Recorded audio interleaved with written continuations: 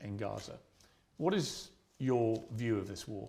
I think when you call it a war, you're doing a disservice to the people who are having their limbs blown off by some of the most advanced technical weaponry on the planet. It is a genocide and it is disgusting. And it doesn't matter which side of the political spectrum you fall on. When you observe a genocide in front of your very eyes, you should be disgusted. Which side is waging genocide? The Israelis are genociding the Palestinians, and you know it as well as everybody else does. That. Well, then it seems like your bosses are not allowing you to know it. What do you think of what Hamas did on October the 7th? Why are you starting the story in the middle, Piers? Didn't. I just asked you about the wider war. I'm now asking you specifically about Hamas. I cannot professionally answer that question without talking about the context that led up to October 7th. Well, nothing, to my mind, justifies what happened on October the 7th. Nothing justifies what happened before October the 7th, Piers. This is the exact point. So you're talking to a man, I don't know what answer you expect from me, because let's forget the fact that I'm a Muslim. You're talking to a man who is fighting oppression to the best of his ability because he believes that the people in charge of the world are enslaving us all, to the point where I detriment my own life. I end up in a jail cell because I'm speaking against oppression. Then you're asking me what I would do if my family was blown to pieces. You're not in a jail. Hang on. You're asking me what I would do if another government came along and blew my family to pieces? You weren't put in a jail cell because of any oppression. Absolutely I was. No, you weren't. Of course you I were was. put in jail cell because you've been accused of serious sexual crimes. I would not have been accused if I was not monumentally successful in speaking the truth. Let me ask you again. It's a simple question. Some people can answer it straight away, including pro-Palestinians people I've had on my program. Many are very quick to say absolutely.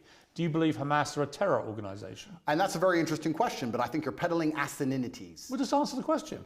Can somebody do me a favor? Google asininities and find out if it's a word. I know what it means. If it's not, make sure it's added to Webster on Top G's orders. Okay. Just, are they a terror group? You're peddling asininities because I'll tell you why, Piers. Let me answer the question. No, I'm not. Of course you are. It's a simple question. That's like me asking... I'll tell you why I asked. Because the UK, where you were born, prescribes Hamas as a terror organization. They also prescribe me as dangerous to children in schools. Let me explain something to you, Piers. You're not prescribed as that. If I were to sit here and say, is stealing wrong? And you'd say yes, and I go, but what if the person stealing is trying to feed their family, and if they don't, their family are going to die? Is it still wrong? You're trying to take a very nuanced and complicated argument and reduce it down to one sentence, which is failure. You're trying to equate stealing with a mob of terrorists breaking over a border, going to peaceful... Is that what Israel did? Wait a minute. A mob of terrorists breaking over a border and killing people. Is that what Israel did? Going through a border on October the 7th. Oh, October the 7th.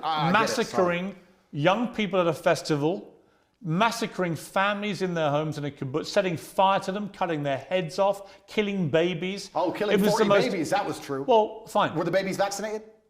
Why are you being flippant? I'm not being flippant. The point I am making... I don't find that funny. No, but the point I am making is that the media lies, firstly. Secondly... I can ask you about different things at the same time, right? Sure. So I'm asking you, first of all, specifically, what is your reaction to what happened on October the 7th? Sure. I'll answer the question professionally. I do not condone the loss of human life on either side. I think anybody doing anything which directly damages civilians is disgusting and abhorrent. However, I would be an amateur if I could not sit and pretend I do not understand the motivations behind either side. This is not even me taking a side. I understand why Israel is doing what it's doing. I understand why Palestine is doing what it is doing. However, I still call the Israeli actions absolutely abhorrent and genocidal. Okay, we're going to come to Israel's actions, I promise you. We will ask that question specifically. But in terms of what Hamas did on October the 7th, do you accept that was an act of terrorism? It's an interesting question because once again... It's not really. It is. It's a very straightforward question. Because you're the person who would have called Nelson Mandela a terrorist while he was still in jail. And one person's terrorist is another person's freedom fighter. I wouldn't have called him that. For me to answer the question... Yes, you would have. For me to answer the question, I have to be very professional, Piers. For me to sit on the outside in Romania with no personal involvement in Israel-Palestine, it's easy for me to say, yes, it was an act of terror. However, if I was in Gaza, if I was in an open-air prison, if my family had been annihilated by bombs from the sky, if everybody I knew had suffered the loss of a loved one, if I had no chance of any kind of freedom or democracy or standard of life, would I believe it was an act of terror, or would I believe it's an act of resistance against oppression? You have to be very careful how you answer these questions. So what do you think? I think I understand what happens when you take people and put them in such an inhumane condition. For anybody to sit and say that you're going to take people and put them in absolutely inhumane conditions and give them no standard of life, and they're not allowed to ever fight back, or they are terrorists. But I can agree with you. Anyone who does that is an amateur. I can agree with you that the plight of the Palestinians for many decades has been absolutely shameful. So what did we think was going to happen, Piers? No, nothing justifies what happened on October the 7th. So what are they supposed to do? Nothing. So what are they supposed to do? That was an act of medieval barbaric terrorism. Nothing justifies it. Did they suffer acts of medieval? Your attempt to try and equivocate. Did they suffer acts of medieval barbaric terrorism before that date? Yes. And it's unfortunately an eye for an eye in this world. Tell me, I'm not condoning. I'm being a professional and answering to you why it happened. Give me one example of where Israel, without any provocation, went into... a specific question. Went into Gaza and massacred 1,500 innocent people, cutting their heads off, taping and boasting about what they'd done back to their families in Israel, kidnapping Holocaust survivors, bringing them, they wouldn't have, of course, done that in their case, but kidnapping old grandmothers and bringing them back to Israel, kidnapping babies, kidnapping children. When has Israel actually gone in and done something of the scale of October the 7th? There's literally endless examples of that. Give me one. In 2014, they were bombing civilians. You know what, Piers, let me tell you something. I'm not talking about what they were categorized as retaliation for rocket strikes, and there's an arguable point. As there is, for example, I'm vehemently against the expansion of the settlements on the West Bank. I think there are legitimate questions about the proportionality of Israel's response here. But in terms of what Hamas perpetrated on October the 7th, there is no instance of Israel doing that to the people of Gaza. And you have to accept that. If you don't accept that, you're either deluded or you're deliberately not wanting to say the obvious, which is that was an act of terrorism, because you're concerned about upsetting people in Palestine. Is that the case? Let me go back to my first point when I said you're peddling asininities. The reason I said that is because to look at a situation, no matter how heinous, and to ignore all of the context and pretend that you do not understand why said situation happened Nothing justifies terrorism on that scale. Nothing. Is asinine. No, it's not. Because it's not about justification. Let me tell you why. Piers, it's not about justification. Let me tell you, it's about understanding the realities of the world. Let me tell you the realities of the world. Hamas came to power in 2005. Hamas's initial founding charter made it clear that they are for the eradication of Israel. And on October the 7th, they prove what that means is they will kill every Jew they can get their hands on. They are an existential threat to people in Israel and to Jewish people. And that is, I'm afraid, the purest personification of a terror group. I also think by doing what they did, as they have done since 2005, they weren't representing innocent Palestinian people in Gaza. Who are suffering now. They knew, yes, but Hamas knew when they did what they did that Israel would respond the way they did and that thousands of innocent Palestinians would get killed. They knew that, and they still did it. So my question for you is, why can't you, which is my position on this, is very straightforward.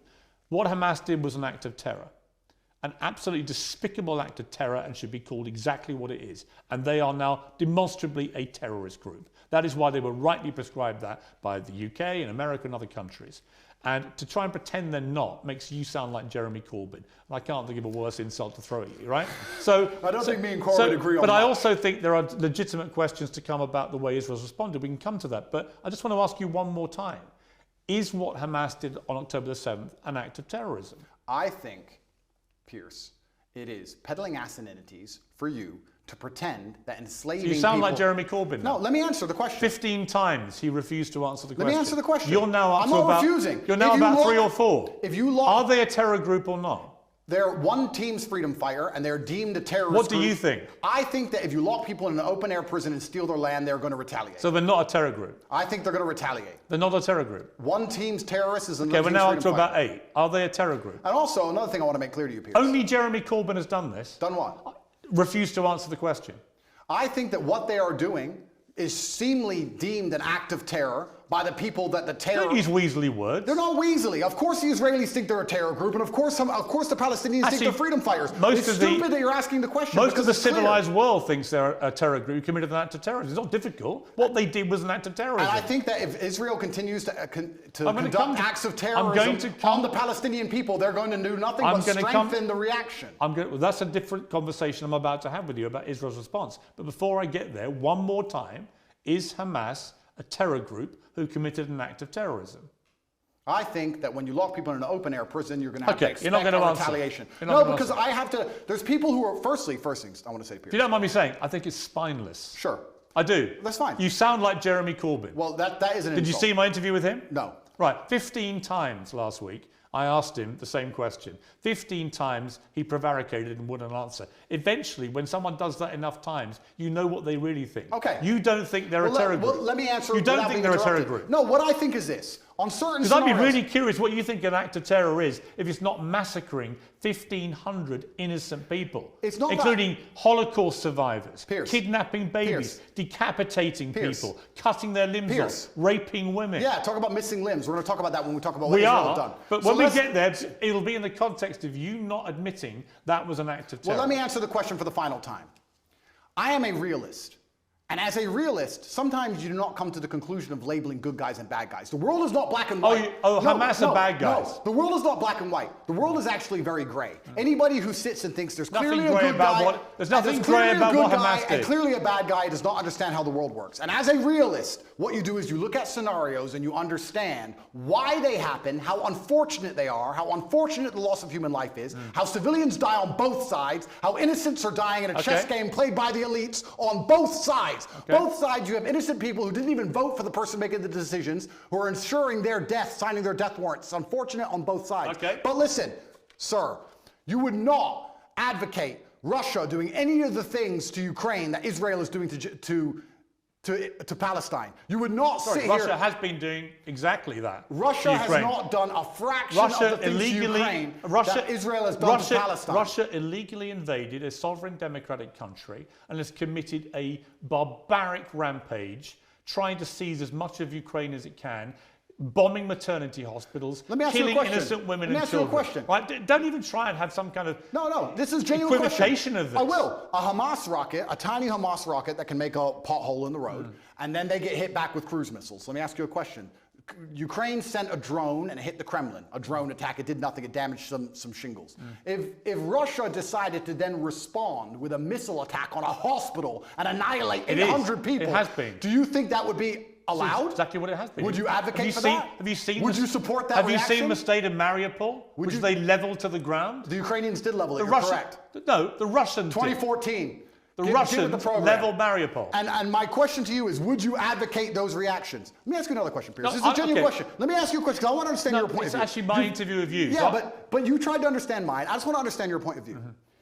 If I believed, or if Israel believed, that one of the people in your house was a terrorist and decided to destroy your entire house and kill your entire family, would you sit and say, well, maybe there was a terrorist inside, I accept that? Or would you be enraged? Genuine question. I don't think you can take an individual person's response. Well, it's a bunch of individual people in Gaza. They're people, individuals with thoughts and dreams and aspirations which are being annihilated. 15-year-old girls without legs because of cruise missiles. Let's come to that. They are individual people. They're not cattle, Piers. Let's come to that. They're people. Right, and so were the people in Israel on October the 7th. And that's why it's so heinous, which is my exact point. But not heinous enough to reach your bar of terrorism. It's not about reaching bar of terrorism. It's understanding why things happen. By not saying it, you've made your position clear. Just as Jeremy Corbyn did. And to pretend you're any different is ridiculous. Let's move on to Israel's response, because there are legitimate questions about this. Hamas embeds itself, 40,000 terrorists in my estimation. You can call them whatever you like. And they're embedded amongst the civilian population, predominantly in northern Gaza. We know from intelligence over the last 20 years, which you won't believe because the Matrix has made it all up. Correct. But we know from intelligence that historically Hamas likes to embed itself, particularly around things like schools and hospitals and mosques, because that makes it more difficult if the Israelis attack. Now, Israel has killed nearly 12,000 people in its response, right? There are many people around the world demanding a ceasefire who think that is a ridiculously disproportionate response to what happened. Well, it was genocide. They would want to kill everyone in Palestine. They don't.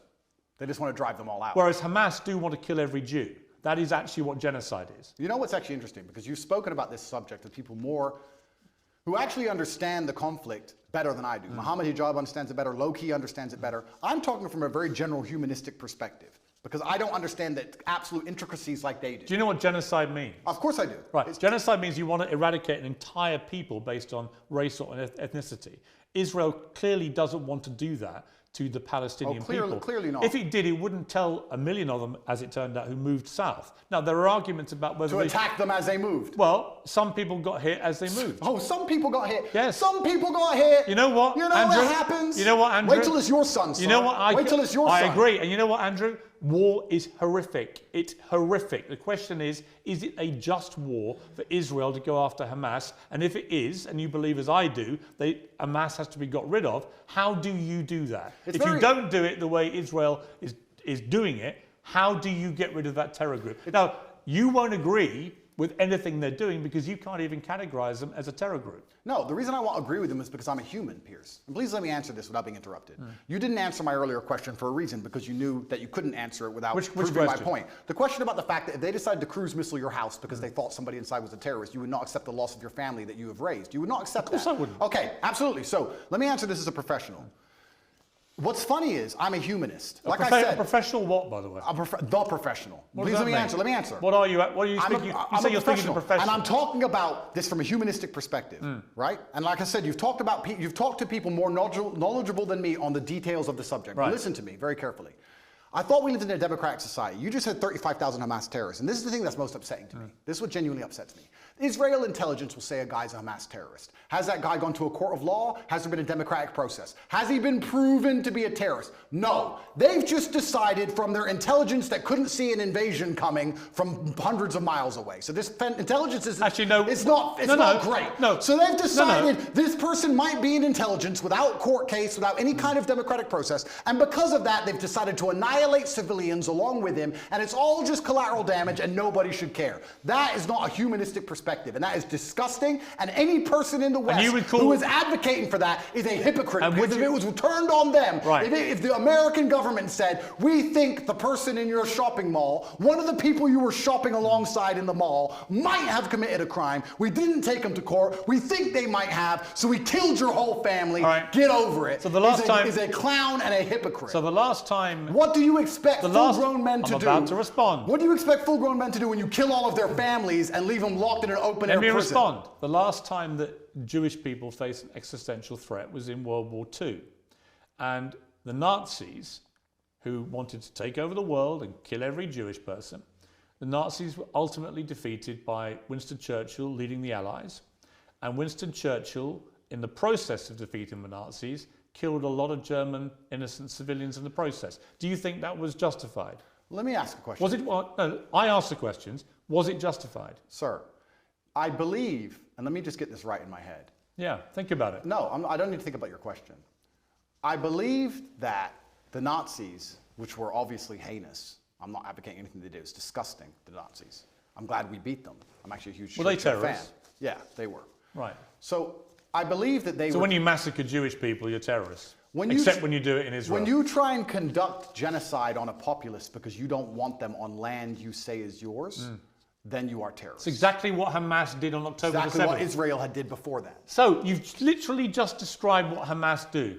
You just described what Israel do. They're trying to genocide the Palestinians as we speak. And this is the exact point. So Israel... No, but to sit here... Hang on, so you think Israel are terrorists? I think that what they're doing now is disproportionate and genocidal. Is it terrorism? It's genocidal, so I guess that makes it terrorism. It's genocidal. So they're terrorists for responding to an act of terror, but the people who committed the act of terror are not terrorists. The way in which they're responding... You see the problem in that argument? No. Really? Pierce, what they are doing now... Slaughtering 1,500 people in the way they did it is not an act of terror by terrorists, but a response from the people who are on the receiving end, rather like the response of the Allies in World War II to what the Nazis did. That apparently is the only act of terrorism. Didn't you say 12,000 people the Israelis have killed thus far? Yes. I saw a video of a 15-year-old girl with no legs begging to die. Yeah. She was begging to die, saying, I have no future because my parents are gone or my legs are gone. It's horrific. I have no future. No, but you say that, right? You talk about numbers and statistics, and you say a few people got caught. You don't think of Gazans, and you don't think of as Muslims and Palestinians as individual people. Oh, yes, I do. No, you don't. Because if you did, you would not be happy with what's happening. Don't you dare say that about me. Well, okay, then don't group them together in numbers. No, they're not numbers, they're I've spoken for many years about the plight of the Palestinian people. I think it's outrageous that Israel has any control over their ability to function with water, with fuel, with other energy, and so on, and food, and so on. That's interesting. So if you were in Gaza as a Gazan male of masculine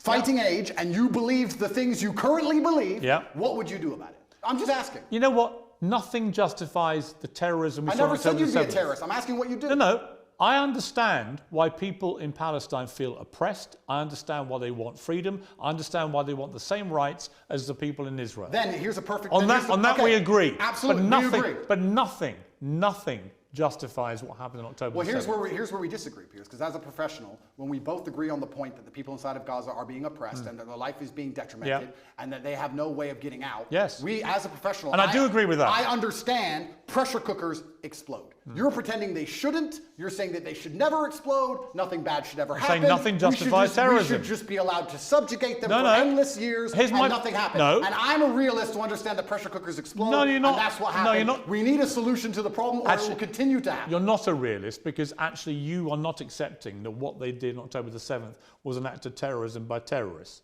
You won't accept that. You think actually they're freedom fighters doing some kind of resistance. And I say that is ridiculous and shameful. That's the difference between us. I understand that pressure cookers explode, Piers. Right. So you think it's perfectly reasonable what happened there? I don't think it's reasonable. I think it's a shame. Natural consequence. I think it's a shame. A shame. That's it. I think it's a shame that we're living in the world now where people are reduced to basically suicide to try and fight for freedom for their families if they have one left, because they all committed suicide. Those men who did that. Well, the 'Cause Hamas- they didn't have a chance of survival. I think when you Well, oppress, that's because they believe that they're martyring themselves and no, going to it's a 'cause better when you life. oppress people to the point where their family's dead and they have nothing to live for. And I think that's a shame. So do you support Islamic fundamentalism? Absolutely not. Do you support an Islamist ideology? Absolutely not. Right. What I support. So why do you support Hamas? I support justice in Do the you support universe. Hamas? I support justice in the universe. Do you Piers. support Hamas? No. You don't? Well, I don't know the ins and outs of Hamas's creed. I have to be very honest. Well, you know what they did on October the 7th. Do you support them? I understand why that happened, and I'm Right. saying it's a shame. But you won't denounce them. I say it's a shame. Will you condemn them? I can't sit here and condemn the obvious Wow. outcome of Wow. consequence. Really? How can I You condemn? can't condemn Hamas for what they did. Well, we know what's going to happen, and we need a solution. You're here. very quick to condemn Israel's response, but you won't condemn the terror attack which prompted it. No, I'll tell you why. Even though Hamas knew by doing what they were doing, that would be the response. Do you think they knew that? Of course they knew that. You think they knew the Israelis? They did it quite deliberately. You know why? Because they were funded and supported by Iran. They didn't like the fact that Israel was normalizing relations with a bunch of Arab countries, from the UAE to Bahrain to Morocco, and then coming down the line was going to be Saudi Arabia. That was a threat to the Iran view of what should be happening in that region. Iran are the ones who support and fund and arm Hamas, and they clearly, in my estimation, it hasn't been probably established yet, but clearly Hamas couldn't have done this on their own. They've done it with support from Iran, and they've gone and committed an act of such heinous atrocity that they knew what the response would be, and that means that they sentenced in that moment not just 1,500 people in Israel to death in the most appalling manner possible, but they also sentenced to death thousands and thousands of innocent Palestinians, including many innocent children, because half the population are children, and Hamas knew that was what was going to happen. So my question is, how can anyone think that Hamas is a force for good for the Palestinian people? They are a force I said they're for evil. unfortunate. No, I didn't say they're a force for good. I said it's a pressure cooker and it's a shame. But you won't even condemn them. Let me ask the question. Do you think if we gave the Palestinian people basic human rights, that Hamas would find it more difficult to recruit new soldiers? I think probably if we treat them like humans, this won't happen. So we agree and let's move on. I think there's a real danger in the scale of Israel's response that you radicalize a whole new generation of Palestinians. I think that's a real danger. So and perhaps, by the way, I've said that. We can agree on that. So perhaps it was Israel's actions before October 7th that radicalized the soldiers who invaded. So you agree with me. So let's move on. No, I don't. No, nothing justifies what they did. Let me ask you about the reaction that you've had from certain people who I think at one stage you had a good relationship with. Sure. One is Jordan Peterson, and the other one Ben Shapiro. Let's talk about Jordan first. Sure. You've had a bit of a to and fro with him, but what is your view of him? I think Jordan and I actually agree on many issues. I think the enemy of my enemy is my friend. I think we have a lot more in common than we have that we disagree on. We have different views of the world on certain things. I think we approach him from different places. He's far more in his mind, whereas I live in more in a physical realm than he does. I have nothing against Jordan. I don't dislike him. I do find it, and I must be honest, a bit disingenuous and hypocritical that he speaks mental strength and then ends up addicted to an antidepressant. I don't think he should ever take antidepressants ever. I've been through worse than what he's been through, and I didn't take a single drug. However, I have nothing against the guy. He says very intelligent things, and I'd be interested to argue with him or discuss or debate with him, but I think we'd actually agree on most points, to be honest with you. I don't think he may be unhappy with somehow how I've lived my life and some things I've done, but we've already discussed the fact that I come from the lowest income area of the UK, and most people around me were selling drugs, so at least I didn't do that.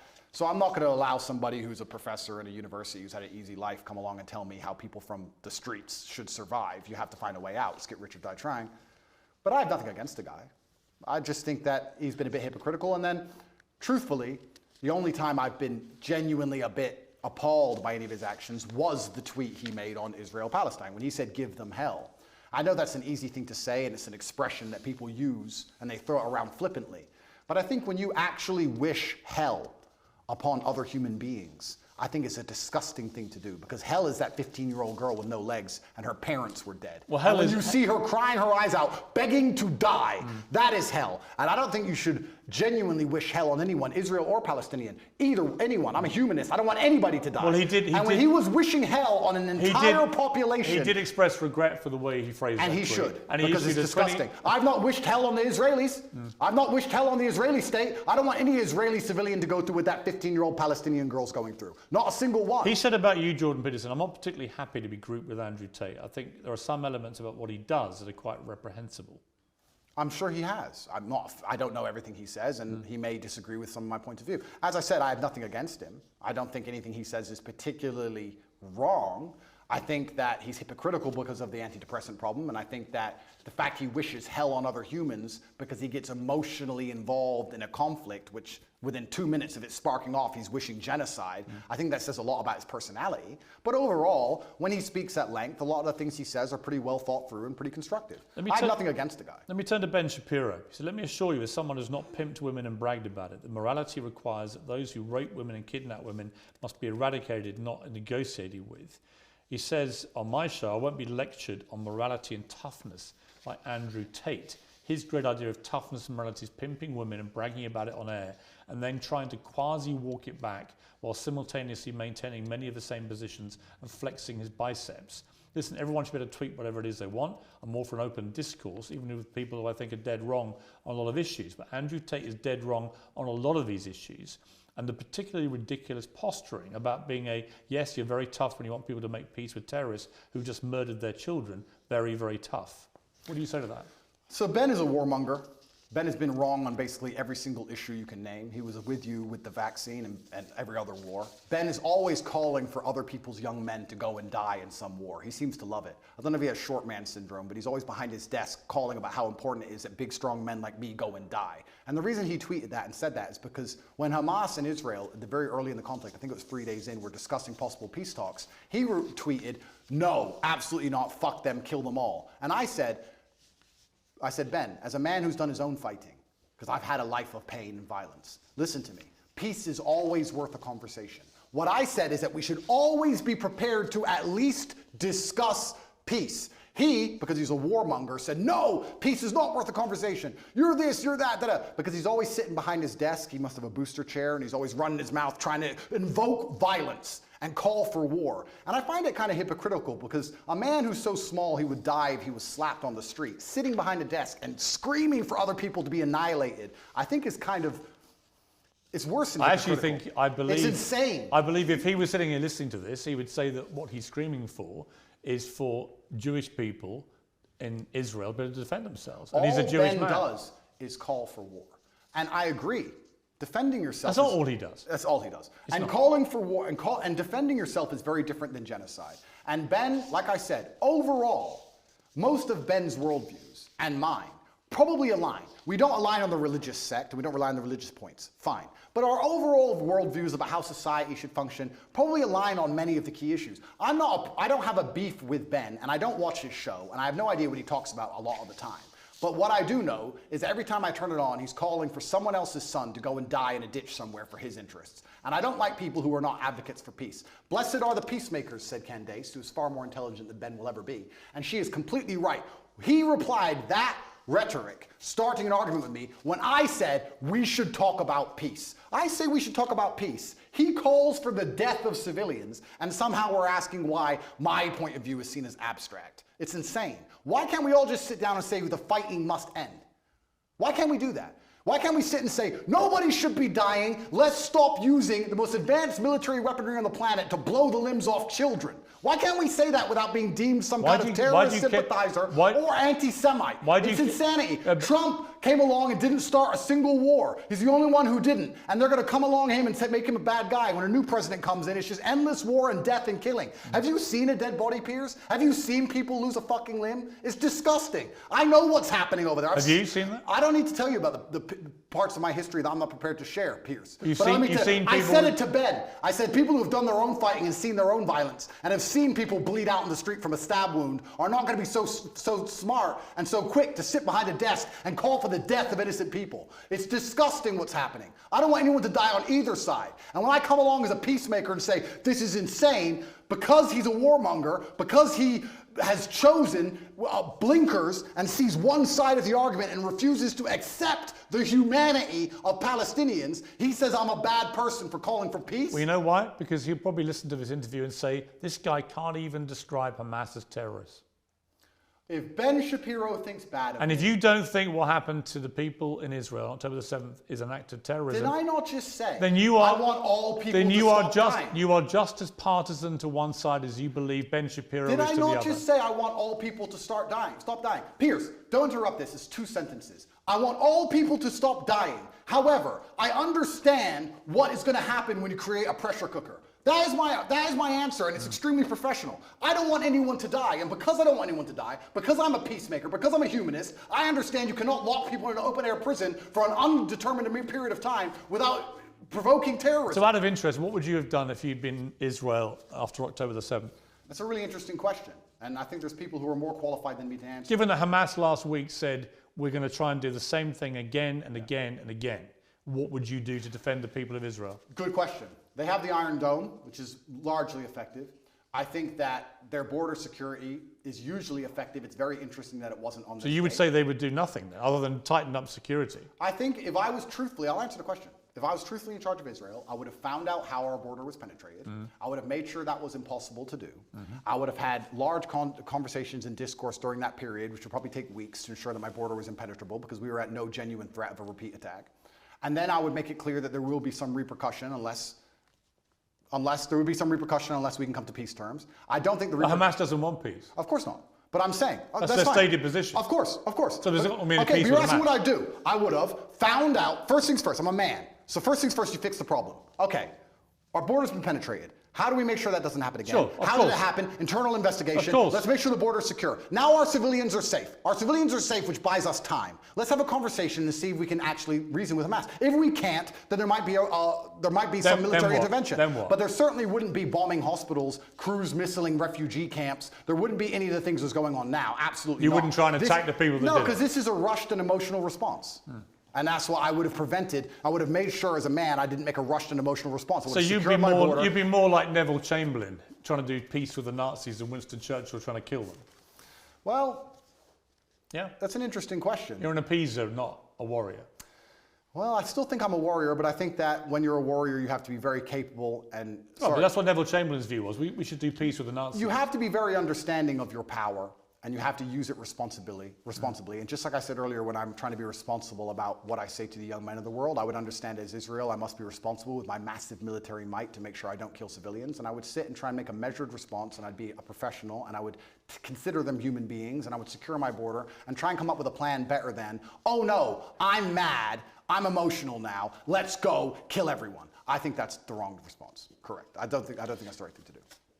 We've spent a long time talking. You're going to find out at some stage today or in the next few days whether you're going to get your possessions back. That'll either happen or not happen. But then there's likely to be a trial, and that will determine how you spend the next 10 years of your life, almost certainly, which is a sobering thought for anyone. When you look back on the whole arc of the last few years, you know, you've expressed some regret because of your turning to Islam, your change in your philosophy from a religious perspective. You've acknowledged that some of the stuff you used to do was immoral. Do you look at the journey you've gone on here and think that in a way, notwithstanding the Matrix and everything else, that maybe you yourself could have done things differently to avoid being in this position? Absolutely. I'm a man and I take absolute self-accountability. You have to, as a man, your superpower is looking in the mirror and understanding everything that happens to you, both good and bad, to a degree is your fault. It could have all been influenced. I could have avoided all of this. I could have avoided the Matrix attacks, I could have avoided jail cell, if you don't let me use that term. I could have avoided all the negative press. I could have chosen to work in Starbucks and just stayed a nobody. I made choices that put me in this position. I take responsibility for them. I said things on the internet in a satirical way on videos that got 110 views when YouTube was brand new that I did not expect to become the most viral videos in the world because I didn't expect to become the most famous and known person on the planet. That's all true. I'm not saying I have no part to play in any of this. However, I can still say that I'm completely innocent. I can still say that it is only my fame and notoriety that has inspired the prosecution service to try and even put me in jail in the first place. I can still say that there's some unfair policing in the world depending on your political views. I can still say all of those things while accepting absolute responsibility for the situation I am in. Andrew Tate, thank you very much. Thank you, sir.